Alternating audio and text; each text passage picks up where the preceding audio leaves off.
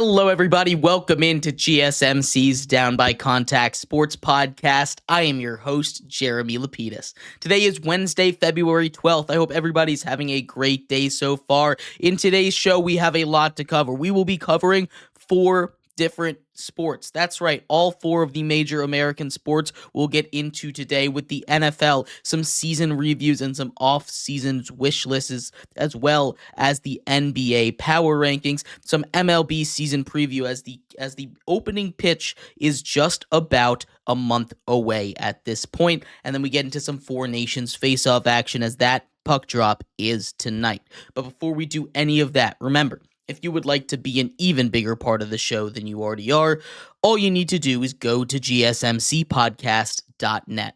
Or if you're on YouTube, you can use that super chat feature. If you do either of those 2 things, a message should pop up on the bottom of the screen for you, me, and everybody else around the world to see. If you do have a burning question about sports, anything at all that you would like to ask, go ahead and throw that in the comments. Throw it in the chat. I will get to it as soon as I possibly can.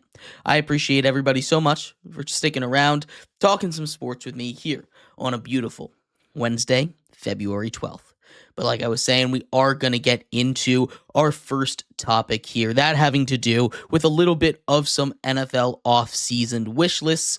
The Philadelphia Eagles, the Super Bowl champions, one of the greatest put-together teams in the history of the NFL. What could this team want? Of course, coming off of their victory on Sunday, it seems like they're not going to need too much. But as we head into the NFL offseason and we start to take a look at what could change around there, obviously, they've already lost their offensive coordinator. They're going to need to go and find a new person to replace Kellen Moore, who just helped coach this team to a Super Bowl. Although, honestly, that shouldn't be too hard to find. There's plenty of top-tier options even within that Philadelphia Eagles organization. But on the outside here, the offense is going to be just fine. They have some key free agents coming out. Only one major piece on the offense is really in any danger of needing to be re-signed, that being offensive lineman Mekhi Becton, who had played a huge role this season in opening up run lanes and just being a part of what was the biggest offensive line in the history of the Super Bowl. The average of that offensive line for the Philadelphia Eagles was 6'6" and 368 pounds. That is ridiculous. Mekhi Becton is absolutely a massive man, and having him on the line is going to do a lot for their physicality, that push ability. He's someone that I think would be really important for them to re-sign. But the real concern comes on the defensive end of the ball, where they have a lot of key starters, a lot of key players, especially along the defensive line, entering free agency. First of all, you have first-team All-Pro selection Zach Bond entering free agency, and he's going to require a pretty penny to bring back. The Eagles, they don't have an awful cap situation, but they don't have the best cap situation in the league.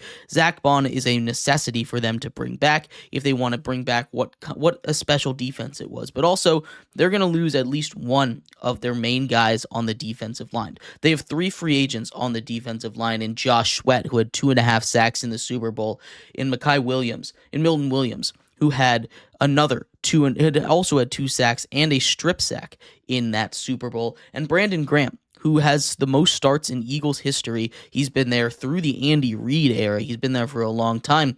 He most likely is going to retire. They're not going to be able to get all of them back. And for such a massive front 4, 3 of those guys to be on the free agency block, they're probably not all coming back in this cycle. That being said, the main goal for this team, the main goal for a team that doesn't really have any weaknesses, should just be to get the band back together, right? You already have all of your major pieces, especially offensively. You have your quarterback locked up in Jalen Hurts. You have your running back locked up in Saquon Barkley. Your wide receivers are both locked up in Devonta Smith and A.J. Brown. Be nice to find a wide receiver 3, and if you can get if you can bring back Mekhi Becton, that offensive line is all set, assuming nobody retires or has any injuries, right? The defense does need to be a focus for them. There's going to be guys out there, but if they can't get Zach Bond back, he is going to get a lot of money in free agency from somewhere, especially after the season he had this year. Excellent performance in a contract year for Zach Bond after signing a 1-year deal coming over from the New Orleans Saints.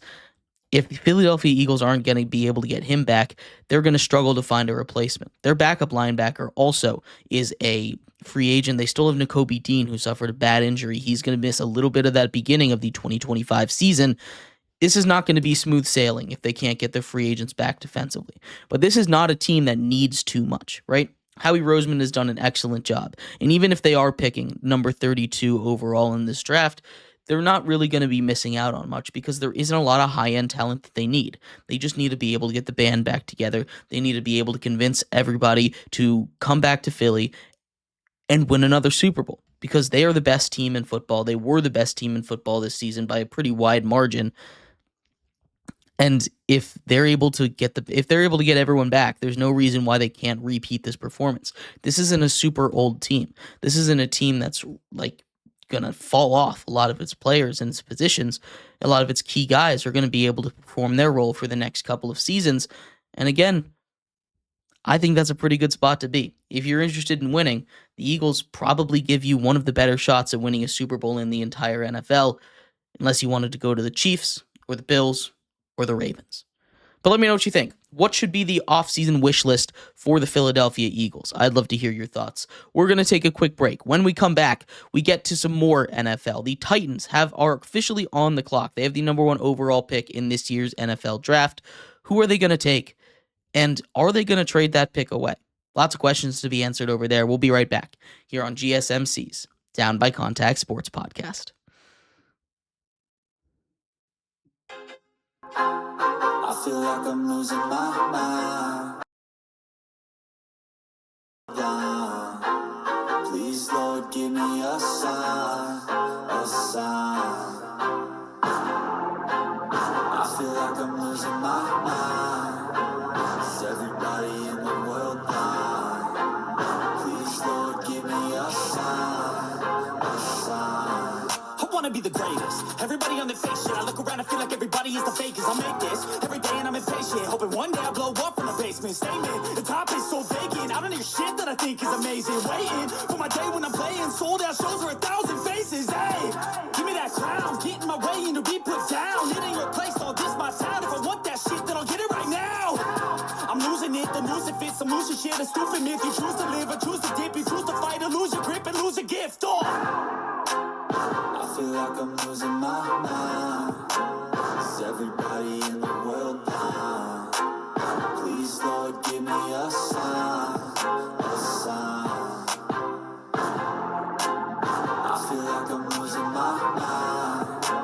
Is everybody in the world blind?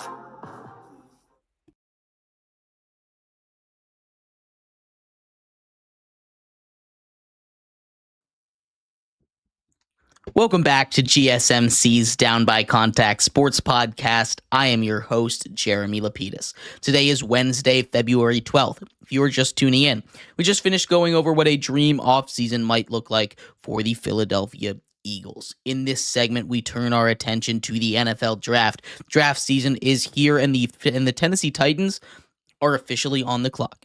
They have the number 1 overall pick, but a lot of people aren't convinced that they're going to take it. Will they trade it away? Who might be interested in trading up for that? We'll talk about all that and more coming up in just a second. But before we do, remember, if you would like to be an even bigger part of the show than you already are, all you need to do is go to gsmcpodcast.net. Or if you're on YouTube, you can use that super chat feature. If you do either of those two things, a message should pop up on the bottom of the screen for you, me, and everybody else around the world to see. If you do have a burning question about sports, anything at all that you would like to ask, go ahead and throw that in the comments. Throw it in the chat. I will get to it as soon as I possibly can. I appreciate everybody so much for sticking around, talking some sports with me here on a beautiful Wednesday, February 12th. But like I was saying, we are going to get into our next NFL topic here, that having to do with the Tennessee Titans. They are on the clock right now, the number 1 overall pick, but there's some rumblings that they might want to get out of there. This is not a draft class that there is a number 1 guy that you have to take. If it was going to be anybody, especially for a quarterback-needy team like the Titans, it might be Cam Ward. But outside of him, unless you're enthralled with a guy like Abdul Carter, who could be a menace off the edge, or you really like what you can do with Travis Hunter, who, if you are able to get a two-way superstar in Travis Hunter, that would be amazing. But it's just not something that I think is super possible. It's not something that I think is super easy to get done because it's a much different speed, the NFL and college football. But if you're not going to be, if you don't think you're a team that's going to be able to get that two-way talent out of Travis Hunter, he's probably not worth taking it the number one overall pick. The Titans, they said, their GM said that they wouldn't overlook a generational talent.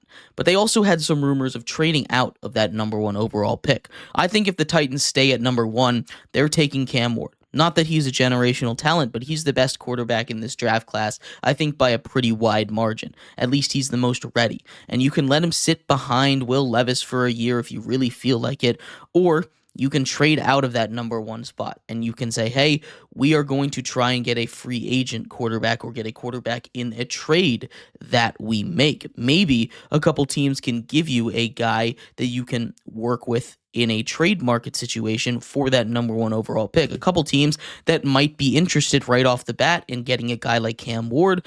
The Raiders have fallen in love, reportedly, with Shedeur Sanders. At least a lot of rumors are pointed towards that. Maybe they want Cam Ward. Maybe they want Shedeur Sanders at one. They can make a trade to go up there.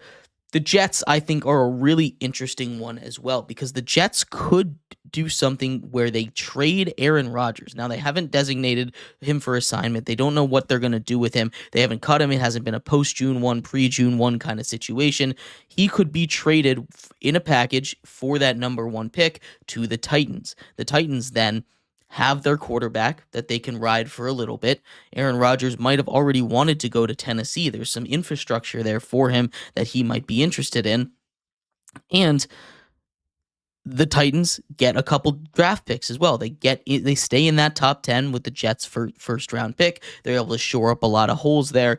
That's something that might work out. The Saints are another team that might be interested in trading up. They could trade Derek Carr to the Titans for that number one overall pick as well as some draft capital. But one that I think would be really interesting, and it's not necessarily for Cam Ward, the Atlanta Falcons could go up and make a move as well. The Atlanta Falcons aren't picking super high in this draft. The Falcons currently, they sit at the 15th pick in this draft. They already have their quarterback in Michael Penix Jr., so they're not going to be trading up for a quarterback, but what they do desperately need is some edge rushing talent. And you have a guy in Abdul Carter that if you can take him with that number one overall pick, that would do wonders for this team. You also have a guy in Kirk Cousins who is not going to be a very valuable piece for this team for a while, right? You've decided to move on to Michael Penix, and Michael Penix looks like the future over there in his limited sample size. You can decide to move off of Kirk Cousins, send him to a team in the Tennessee Titans that they can now get a quarterback,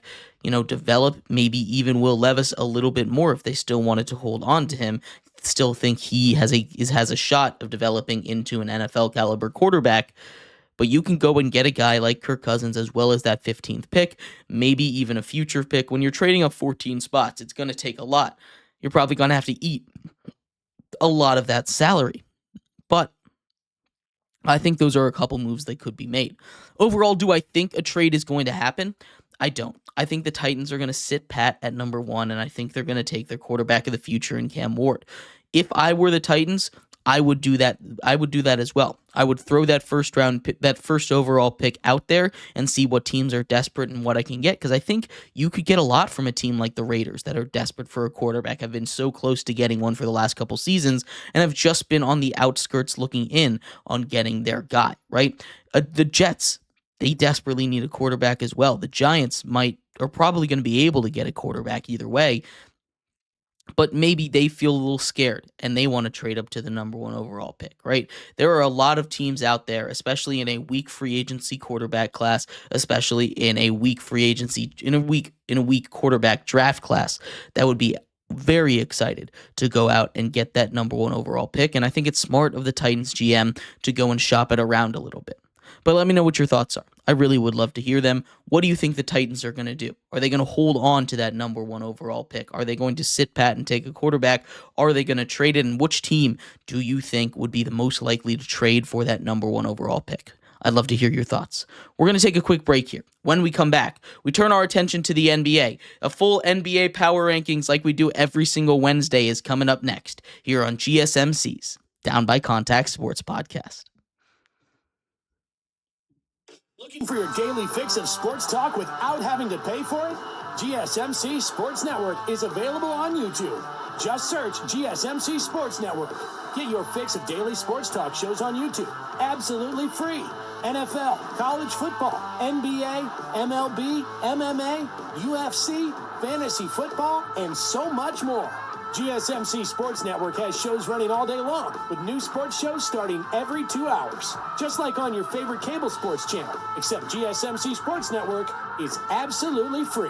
Just search GSMC Sports Network on YouTube to catch one of your new favorite shows, like the GSMC College Football Podcast, Chip Shot Football Podcast, Hoops and Heels Women's Sports Podcast, GSMC Basketball Podcast, and so many more.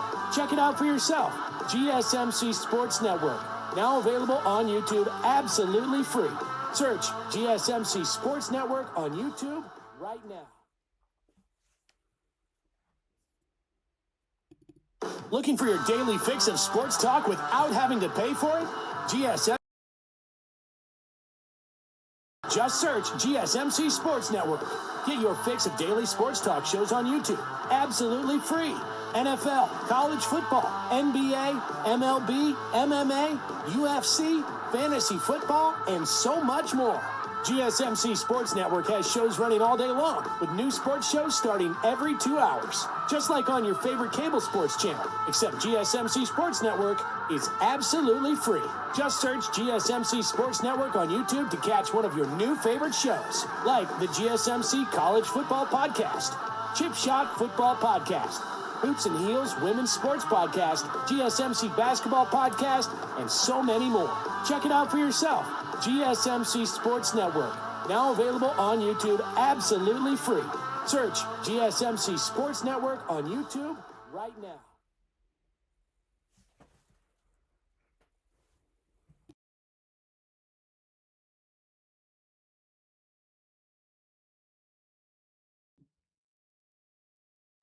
Welcome back to GSMC's Down by Contact Sports Podcast. I am your host, Jeremy Lapidus. Today is Wednesday, February 12th. If you were just tuning in, we just finished going over the Titans' potential options with the number one overall pick in this year's NFL draft. In this segment, we turn our attention to the NBA. As we do every single Wednesday, we get into our NBA power rankings, 30 to 1. We'll go over what changed and what's going on in the NBA as we reach the NBA All-Star break. But before we do, remember, if you would like to be an even bigger part of the show than you already are, all you need to do is go to gsmcpodcast.net. Or if you're on YouTube, you can use that super chat feature. If you do either of those two things, a message should pop up on the bottom of the screen for you, me, and everybody else around the world to see. If you do have a burning question about sports, anything at all that you would like to ask, go ahead and throw that in the comments. Throw it in the chat. I will get to it as soon as I possibly can. I appreciate everybody so much for sticking around, talking some sports with me here on a beautiful Wednesday, February 12th. But like I was saying, we are going to get into the NBA power rankings here for you as we have hit the All-Star break officially. Some big news from around the NBA, and we're going to start off at number 30 with, of course, the Washington Wizards, an absolutely abysmal team. They made some moves at the trade deadline, weren't some massive moves. They got off of some contracts, took some big guys that other teams just wanted to offload. They're not going to be able to see a lot of the fruits of their labors for a while, but they did recently go on a 3-game win streak, which cemented them as officially not the worst team in NBA history. Confetti for them, right? Congratulations. That's huge. But this is not a good Wizards team, and they're going to continue to sit at number 30 probably for the rest of the year. At number 29, we have the Pelicans, a team just destroyed by injury. They traded away Brandon Ingram. I understand he probably wasn't going to re-sign with this team, and they were able to get a guy, they were able to get someone back for him, right? They were able to basically get 1-for-1 back for him, but still, it's not a good look for this Pelicans team that had a lot of promise and a lot of potential heading into the season if only they could have stayed healthy. At number 28, we have the Utah Jazz. The Utah Jazz also not a very good basketball team, right? They're sitting there in the basement. They're dealing with their own major injuries. They didn't get rid of any of the guys that could have fetched a lot at this trade deadline, whether that be a Walker Kessler or whether that be a John Collins that they have that's been playing pretty well in limited action for them. The Jazz, not a good team. They're going to continue to try and build. They've got some semblance of a core that maybe you can kind of build around, but they're not really that close right now. At 27, we have the Hornets. They've been awful without Ball on the court. It's not been good. Injuries have also ravaged this team a little bit. You have Miller and Ball both being out for the foreseeable future or for the rest of the season, as well as a couple of other major pieces just kind of blowing up in their face, right? They tried to offload Mark Williams for a rookie that they could have taken this year in Dalton Connect. That has not worked out. They're really trying to get the rescinded trade to be reapplied. They're fighting that any way they possibly can. I don't really know what's going on there. It's kind of a messy situation for both the Lakers and the Hornets at this point. Hornets really wanted to get off of Mark Williams for some reason. The Lakers caught whatever that reason was. This is not a good look for the Hornets, and they're still sitting at the bottom of the league.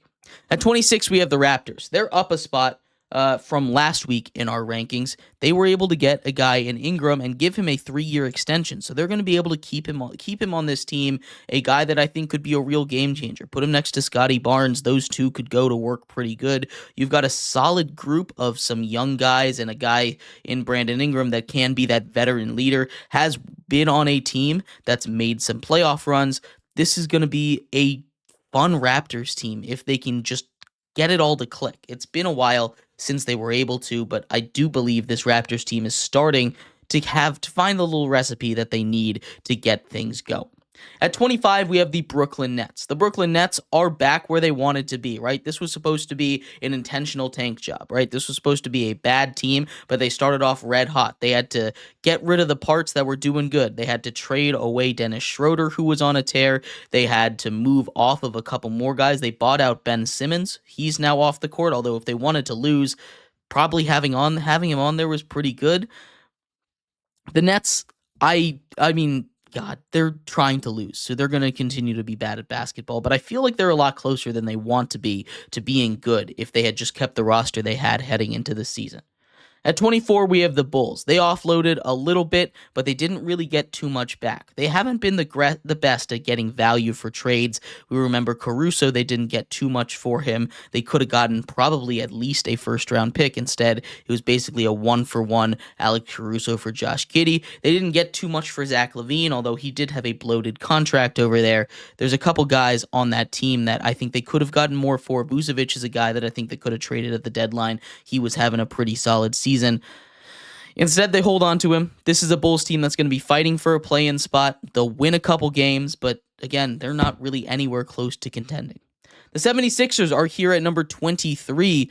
They finally have a fully healthy big three, and it still hasn't gone very well. They've lost both of their last 2 games with all 3 of them on the court, and Joel Embiid said that he might need surgery again.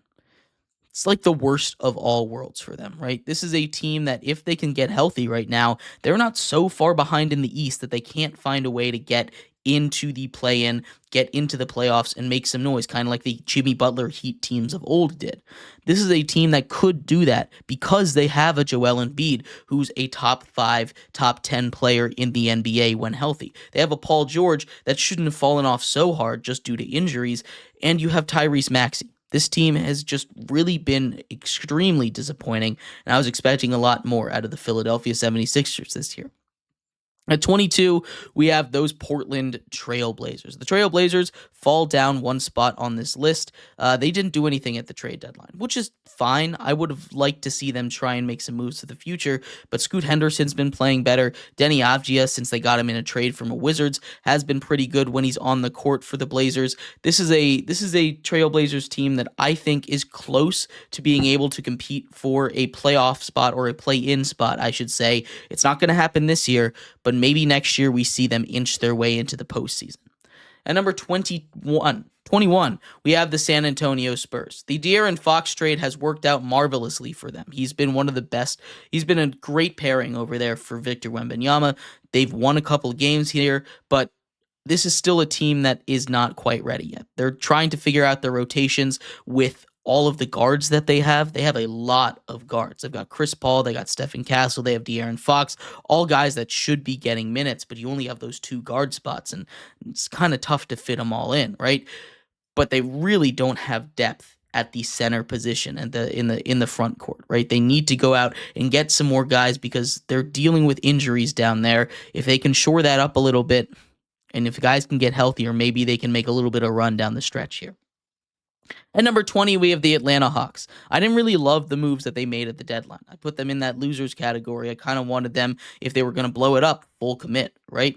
Instead, they kind of half-heartedly blow it up. They get rid of some pieces that I think could be nice. They get some okay guys in exchange. Trey Mann is someone that I think could be something. You get Karis LeVert, who, if he's healthy, could be a solid bench piece, but I don't think they really did anything. They just kind of got stuck in the mud where they are, and I don't think it's going to help their future. At number 19, we have the Orlando Magic. We finally saw what happens when they get a little bit healthier, right? Franz Wagner and Paulo Banchero went out there and had a pretty good game the last time out. We haven't seen that since the beginning of the season. This is a Magic team that was red hot. I thought they would be a top 4 team in the East. Instead, their shooting numbers haven't gotten any better, and until they can fix that, they're not going to be a serious threat of any kind. The Heat are down 4 spots to number 18. They've lost 2 straight games since trading away Jimmy Butler. Andrew Wiggins has come in. He's going to play a pretty big role on this team, but this Heat team needs to figure out how to play with Andrew Wiggins and how to get everybody involved, because their team didn't change that much, but they do need to start to turn it around if they want to make some noise in the Eastern Conference playoffs. 17 goes to the Suns. The Suns didn't make a single move, or a single major move, which is kind of bad for them as they're the most expensive team in NBA history, and they're only 500, right? They have a lot of players that they would have liked to move out of either Bradley Beal or Kevin Durant, it sounded like, to get a little bit of a cheaper roster. Instead, they're stuck with what they have. Not necessarily a bad thing, but they need to find a way to make it work. Otherwise, this is going to be the most disastrous big 3 in the history of the NBA.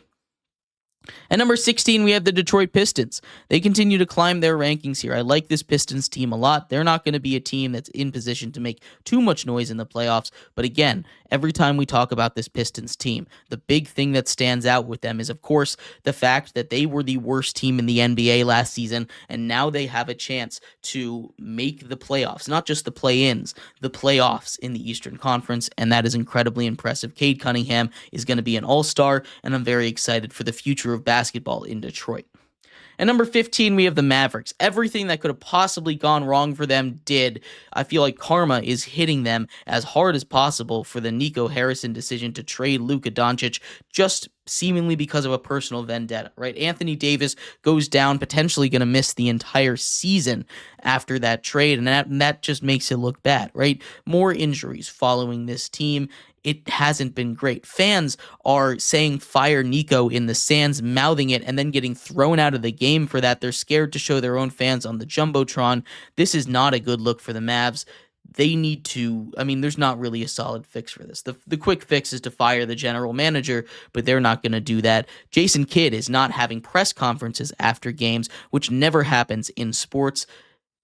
That is, this team has just become a dumpster fire very quickly in front of all of us, and I don't know how this gets fixed. They're going to start to tank soon. I don't think they make the playoffs this year. At number 14, we have the Sacramento Kings.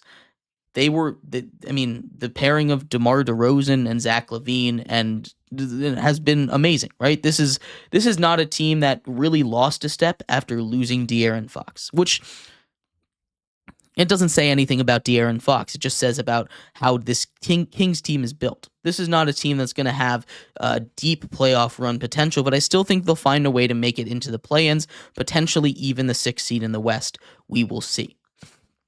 At 13, we have the Golden State Warriors. The Golden State Warriors and Jimmy Butler have been a match made in heaven. Steph Curry and Jimmy Butler having those 2 playmakers on the court, 2 scorers that can move without the ball, with the ball, be the main guy that you can rely on, have been huge. It really has. They've won 2 straight games since Jimmy Butler has entered the lineup, and he's been the most successful by points debut over his first 2 games for the Golden State Warriors in their history, aside from Kevin Durant. So this is a match made in heaven, it seems like, and I can't wait to see how far they can go this season because it's tough to guard both of them when they're playing their best. At number 12, we have the Milwaukee Bucks. They lose Giannis Antetokounmpo due to an injury. He has been out for the last 5 games. They're 2-3 over that stretch. Would have liked, I mean, it sucks when you lose an incredible player like that, but they haven't been awful. They haven't lost all their games. They're starting to be a little bit more of a complete team, especially defensively, after some of the moves they made at the deadline. But this team still isn't really, I think, a real title threat. At number 11, we have the Clippers. They're starting to get a little healthier. They got Kawhi back. They still have James Harden. They add Bogdanovich, who's going to be a great creator and shooter for them, either coming off the bench or filling out that starting unit. That is going to be a huge get for them as they get into the playoffs, spreading the floor for some of their stars. And I like this Clippers team a lot. At number 10, we have the Pacers. Always up and down with this team, right? They're a good team. They really are. But this team has now lost a couple in a row, and I don't know when this skid stops, right? This is a team that always has been a go as Tyrese Halliburton goes. And Tyrese Halliburton has never really been a super consistent player. They have a lot of other guys on this team, and I think they'll be able to turn it around, but they're just on the edge of that top 10. At number 9, we have the Minnesota Timberwolves. Anthony Edwards has been amazing. If Shai Gilgeous-Alexander wasn't running away with the MVP award, I think we might have to have some conversations about where Anthony Edwards stands for that award right now. But Anthony Edwards is the future in Minnesota. He's showing that he can lead a team on his own, and he's keeping this Timberwolves team basically single-handedly alive because the rest of that team just is not playing great basketball right now. At number 8, we have the Houston Rockets. The Houston Rockets lost 6 straight. That was their longest losing streak of the season, the longest losing streak of Ime Udoka's career. They stood pat at the trade deadline, probably smart, because they do have a very young roster that is not particularly built to make a deep run in the playoffs, but we'll see what happens when they get there this year. They'll find a way into the playoffs. They need to start shooting a little bit better, but the defense should carry them.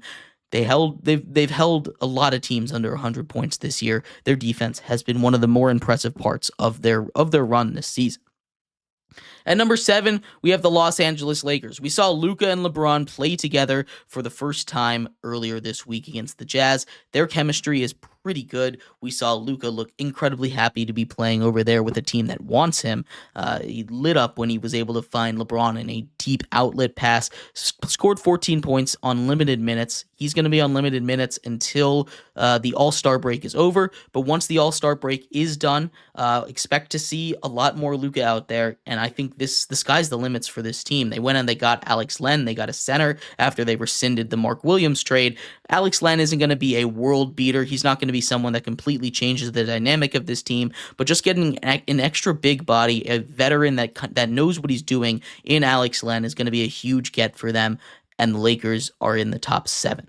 At number 6, we have the New York Knicks. The New York Knicks are a team that I'm just concerned about, right? And it's nothing that they're doing wrong. It's just the fact that it's a Tibbs coach team, and those teams don't tend to last too long into the playoffs, but they're amazing. This is a Knicks team that is really good, especially in that starting 5, and they're only getting healthier right now. Getting into the top 5, Nikola Jokic and the Nuggets crack the top 5 for the first time in a while. Nikola Jokic is a crazy player. There is no one like him in the world. He's the best player in basketball, and that's really what the Nuggets boil down to, right? If you can't stop Jokic, you can't stop this Nuggets team, and nobody can stop Jokic. So this Nuggets team is going to continue to be a bulldozer. At number 4, we have the Memphis Grizzlies. Ja Morant is back. He's playing great basketball. Jaren Jackson Jr. made the All-Star game. This is a really good Grizzlies team, and that's the sleeper team out of the West right now. They're not getting a lot of coverage because it's Memphis and it's the Grizzlies, but come playoff time, they're a team that could surprise a lot of people. The Celtics are at number 3 yet again. Again, they didn't do too much at the trade deadline, but this is a Celtics team that won the NBA title last year, right? This is still that same Celtics team that won the title last year. They're going to continue to be that same Celtics team for a long time, and they have most of that same roster back. There's only 3 guys, and they were all minor guys that weren't on the roster last year. This team is stacked. Don't forget about them. The Cavs at 2 have started to slip a little bit, but the addition of Hunter from the Hawks has been huge for them. They don't miss Karis LeVert that much, and that's what I was worried about. Some of their bench guys really stepped up without him there. And he's going to add some decent length to help defend them. He's going to be their kind of anti-Celtics guy. Although he might not be the greatest defender, he's just going to add some length on the outside to slow down a Celtics team when they run into them in the Eastern Conference playoffs. And at number 1, who else but the Oklahoma City Thunder? They just got better. And it wasn't through a trade, it was through health-related stuff. They get Isaiah Hartenstein and Chet Holmgren playing together for the first time all season, and that duo has been amazing. Their 2 7-footers over there are just going to wreak havoc across the league. They were so good without a center. Imagine now that they have a center, it is going to be wild. I cannot wait to see how good this Thunder team is, because they're great and they are ready to continue building this team for the future with the armada of draft picks that they have. We'll run through the top 10 again real quick. Pacers at 10, Timberwolves at 9, Rockets at 8, Lakers at 7, Knicks at 6, Nuggets at 5, Grizzlies at 4, Celtics at 3, Cavaliers at 2, and the Oklahoma City Thunder at number 1. Let me know what your thoughts are on this list. I would love to hear them. We're going to take a quick break here. When we come back, we turn our attention to the MLB. Opening day is just about a month away. I cannot wait for that. We are going to start going over every single team and their offseason, and we're going to start off with the MLB World Series champions, the Los Angeles Dodgers. That's coming up next here on GSMC's Down by Contact Sports Podcast.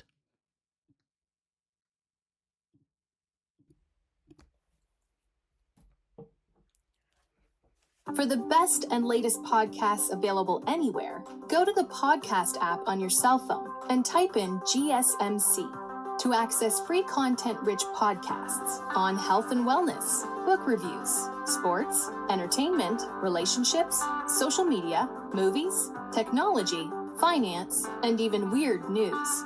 Subscribe and download the GSMC Podcast Network's family of shows, available everywhere podcasts are found.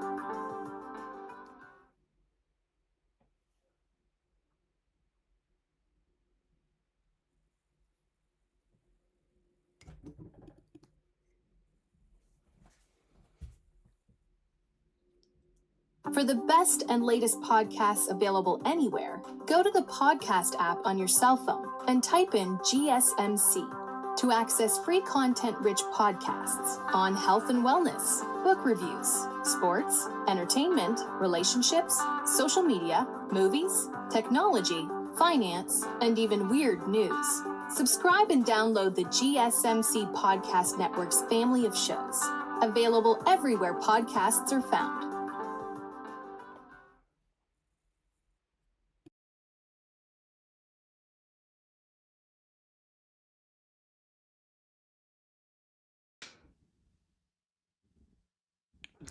Welcome back to GSMC's Down by Contact Sports Podcast. I am your host, Jeremy Lapidus. Today is Wednesday, February 12th. If you were just tuning in, we just finished going over the NBA power rankings as we head into the NBA All-Star break. In this segment, we turn our attention to baseball. Baseball season is here. Pitchers and catchers have officially reported, which means we can start doing our previews for the MLB season. And we're going to start off in this segment going over the World Series champions, the super team, the Los Angeles Dodgers. But before we do that, remember, if you would like to be an even bigger part of the show than you already are, all you need to do is go to gsmcpodcast.net. Or if you're on YouTube, you can use that super chat feature. If you do either of those two things, a message should pop up on the bottom of the screen for you, me, and everybody else around the world to see. If you do have a burning question about sports, anything at all that you would like to ask, go ahead and throw that in the comments. Throw it in the chat. I will get to it as soon as I possibly can. I appreciate everybody so much for sticking around, talking some sports with me here on a beautiful Wednesday, February 12th. But like I was saying, we are going to get into our little talk about the MLB. And this is the first of one we'll be doing every single day over every single MLB team. But we're going to start off with the World Series champions, the defending champs, the Dodgers. The Dodgers won the World Series with a team that looked unstoppable, and they responded and they said, you know what? We're just going to get better. They went and got almost every single major free agent signing aside from Juan Soto to head to LA and join them. That is not something that can be overstated. There's a lot of people that are mad at them because, hey, or trying to change the way that baseball works because it doesn't have a salary cap simply because of the way that this Dodgers teams look. This is a Dodgers team that stated goal from one of their players, Miguel Rojas, is to break the record for most wins in a single MLB season. That's set at 116. Their target is 120. That is the expectation for this team, and that gives you a little bit of a clue of how stacked this team really is. We'll go over some of the key free agent signings for them first. They went out and added to a team that was already stacked Blake Snell, a former Cy Young winner. They re-signed Blake Trinan and Teoscar Hernandez, who won the home run derby last year, and Blake Trinan, who's an excellent back-end bullpen arm. They also re-signed Clayton Kershaw, who's going to be back however long he wants with this Dodgers team.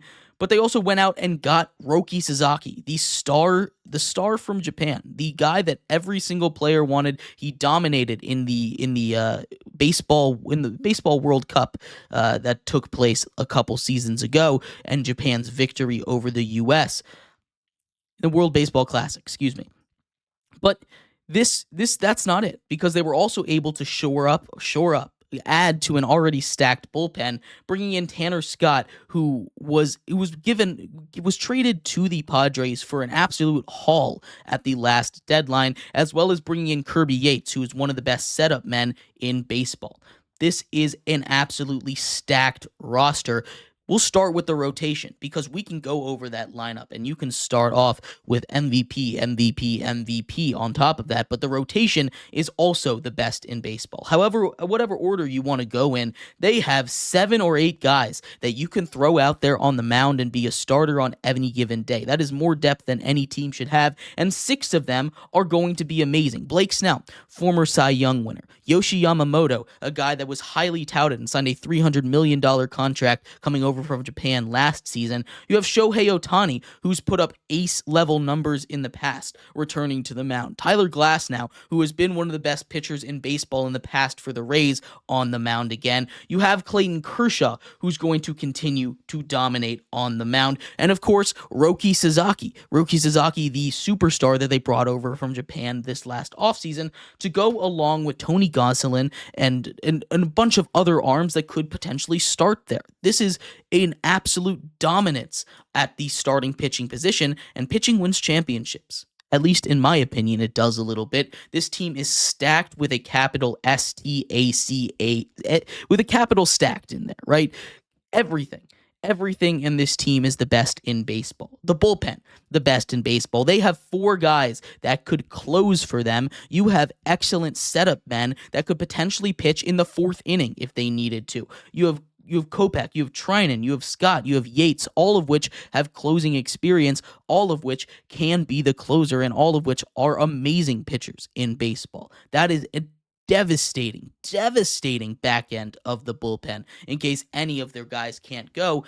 And you go at the lineup, I kind of mentioned at the start, the projected lineup starts off with 3 former MVPs. You have Shohei Ohtani, one of the best players in baseball history. Mookie Betts, one of the best hitters in the game today. Freddie Freeman, a guy who won World Series MVP and had a home run in 8 straight playoff games last season. Teoscar Hernandez, who won the home run derby championship in the last season playing with the Dodgers. Max Muncy, who's been an absolute powerhouse and is a really good defender. You have Will Smith at catcher, who's one of the best catchers in the game, a top 5 player. You have Michael Conforto, who they were just like, you know what, we'll go grab him for $17 million. Tommy Edman, who they went out and got as well. And then Hae-Seong Kim from South Korea as their starting second baseman.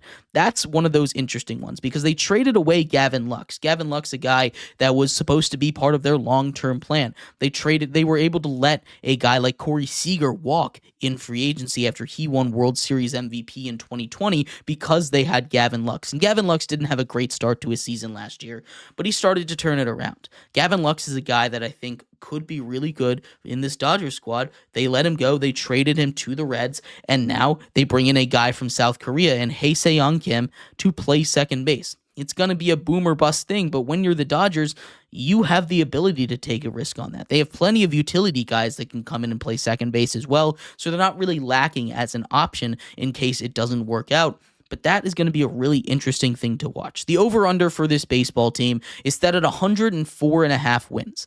That is ridiculous. And the crazier thing is that even feels too low to me. This is a Dodgers team that is as stacked as any team I've ever seen in my entire life. It could go toe-to-toe on paper with any roster ever put together in the history of baseball. I'm dead serious about that. The record is at 116 games. And I think the Dodgers break the record this season. I think this is the best team in MLB history. I think they break the MLB wins record. And I don't know what that's going to say because I think people might protest. That might lead to changes in baseball. This isn't a necessarily Dodgers problem. The reason that the Dodgers are signing everyone, the Dodgers are willing to spend money. They're willing to go into the luxury cap. They're willing to go into the luxury tax and spend money and pay the piper to get this excellent baseball team. The bigger issue and the reason why teams, players, and fans, not players, why fans are saying it's unfair is not because the Dodgers and the Mets and the Yankees are willing to spend money. It's because their teams aren't. And that is the issue. I think the way that fixes this is you add a salary floor, not a salary cap, a salary floor to make the owners in baseball spend money. The Pirates owner, notoriously cheap. There are payrolls from the A's in the past couple years that have been less than Max Scherzer has made in a single season. Single players are making more money than whole rosters at this point. The A's were notoriously cheap. The Nationals have been a little cheap. There have been teams all over, all these small market teams that aren't New York or LA have been notoriously cheap with their ownership, and it's ruining the product, right? It makes it hard to re-sign players. It makes it hard for them to be competitive. They just sit pat and do nothing, and they let their team just be bad or meh at best. And the teams that want to win, the Dodgers, the Yankees, the Mets, they go out and they spend the money. They go out and they get these competitive players. They go out and they make it look like it's unfair, and it's because the other teams aren't spending. And that's my 2 cents on that issue there, right? I think overall, there's not a problem with the way that the baseball is because they're not going to be able to put a salary cap in. And I don't necessarily hate that there isn't a salary cap. I just wish that all the owners would have a drive to put a good product on the field, not a drive to buy their way out of Oakland, not a drive to move to Vegas and then start spending money like the A's did. They just need to have a salary cap floor, and the owners don't want that. The owners are cheap, and they don't want to say, "Hey, we're gonna commit to spending X amount of money," which I think would be the thing that saves baseball a little bit and makes it more competitive. But at the end of the day, salary cap isn't happening because the players won't agree to it, and the salary floor is never going to happen because the owners will not agree to it. And when the owners don't want something, it will never happen. But let me know what your thoughts are on the Dodgers. Are they going to break the all-time wins record? What do you have them doing this season? Are they going to win the World Series? I'd love to hear your thoughts. We're going to take a quick break here. When we come back, the Four Nations face-off puck drop is tonight. It's going to be super exciting. I'm so excited to see this Canada team with all its legends together and this U.S. team with its goalie tandem that might be the best I've ever seen. Very excited for that. We'll talk about all of that and more coming up next here on GSMC's Down by Contact Sports Podcast.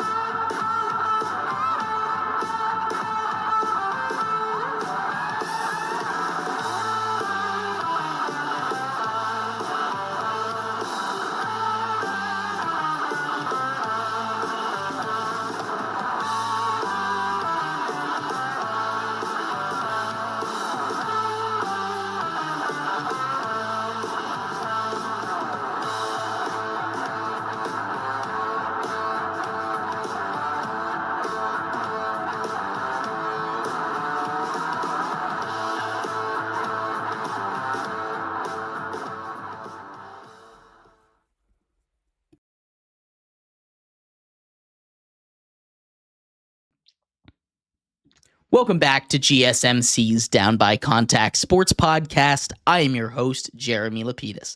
Today is Wednesday, February 12th. If you were just tuning in, we just finished going over what the MLB season might look like for the Los Angeles Dodgers. In this segment, we turn our attention to the world of hockey as the Four Nations face-off puck drop is tonight. Already started, actually, when we went live. But we're going to talk a little bit about what this might look like. But before we do, remember, if you would like to be an even bigger part of the show than you already are, all you need to do is go to gsmcpodcast.net. Or if you're on YouTube, you can use that super chat feature. If you do either of those two things, a message should pop up on the bottom of the screen for you, me, and everybody else around the world to see. If you do have a burning question about sports, anything at all that you would like to ask, go ahead and throw that in the comments. Throw it in the chat. I will get to it as soon as I possibly can. I appreciate everybody so much for sticking around, talking some sports with me here on a beautiful Wednesday, February 12th. But like I was saying, we are going to get into the Four Nations face-off here. The Four Nations face-off is kind of like a mini Olympics. It's four nations, as the name implies: Canada, the U.S., Sweden, and Finland. Those are the four teams that are showing up. It's going to be a round-robin tournament in between Montreal and Boston. Those are the two cities. The championship will be between Boston. If there's a three-way tie, they'll do tiebreakers. But championship game will be a couple weeks from now. Every team will play each other, round robin style. But this is massive, especially the Canadian team. And the reason why I wanted to focus on that Canadian team rather than the U.S. team, and we'll get to them in a bit, is because this is something that, as hockey fans, people have been asking for a long time. We get to see what it's like when Sidney Crosby gets to share the ice with Connor McDavid. And it's not just those two. Also Nathan MacKinnon on that team. The offense for that team is going to be wild. That's a crazy center pairing. Center for all of them. Now, when you look at the line, Sidney Crosby is looking to be on the second line with Nathan MacKinnon. I'd like to see him out on the ice in the first line with Connor McDavid. Of course, that's just me being a little giddy over there to see one of the greatest of the old generation kind of pass the baton on to the next generation in Connor McDavid. But this is something, as hockey fans, we've been asking for a while. In the Olympics, hockey players used to go out and play, but in the new CBA that they signed, the NHL players no longer took a break during the Winter Olympics, and so they didn't go and play for their national teams. That's when we saw Connor McDavid enter the NHL. So we have not been able to see these two guys play together ever. Now you get to see two of the greats from Canada play together. And the only reason that Canada might not win this is because they don't have the greatest goalies. Jordan Bennington is a guy that has won a Stanley Cup due to his goalieing abilities. You also have Adin Hill, who also has won a Stanley Cup due to his goalie carrying skills with the Vegas Golden Knights. But you look at the other squads, the U.S. squad in particular, and their goaltending. That is going to be a tough duo to get past. Not only do you have the reigning Vezina winner and current Vezina leader in Connor Hellebuck on the U.S. squad, you also have Jake Ottinger, who for my money is one of the best goalies in the NHL with the Dallas Stars. Then any of those two guys you could set on the ice and I'd say will be near unbeatable.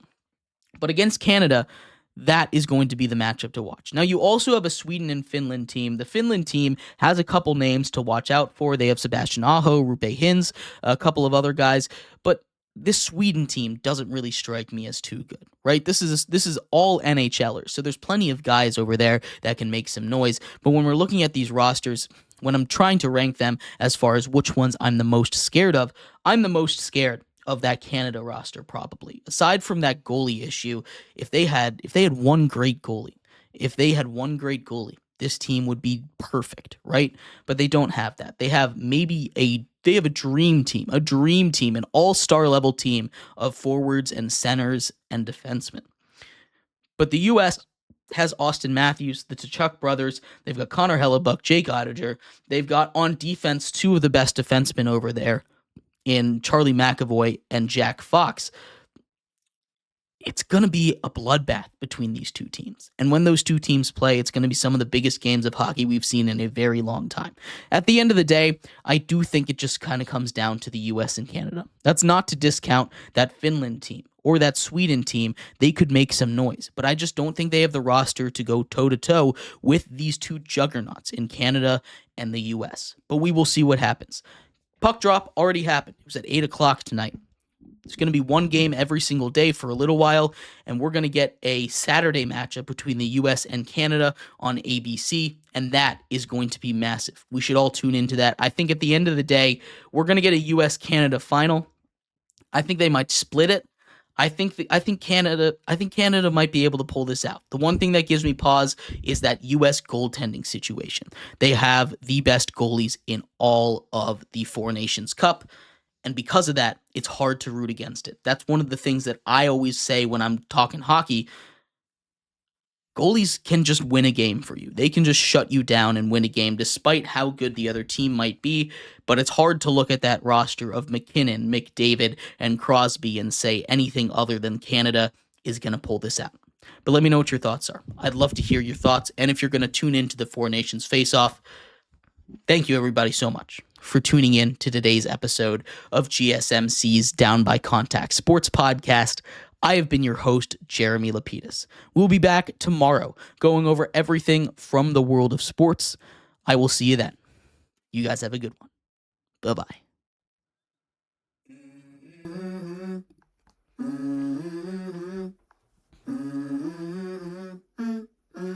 Let's go. I wake up to a little bit of drool on my pillow, feel like it's gonna be a bad day. Yeah, I'm tired of shit, and the coffee ain't hit yet, damn, ain't that great. I don't wanna go.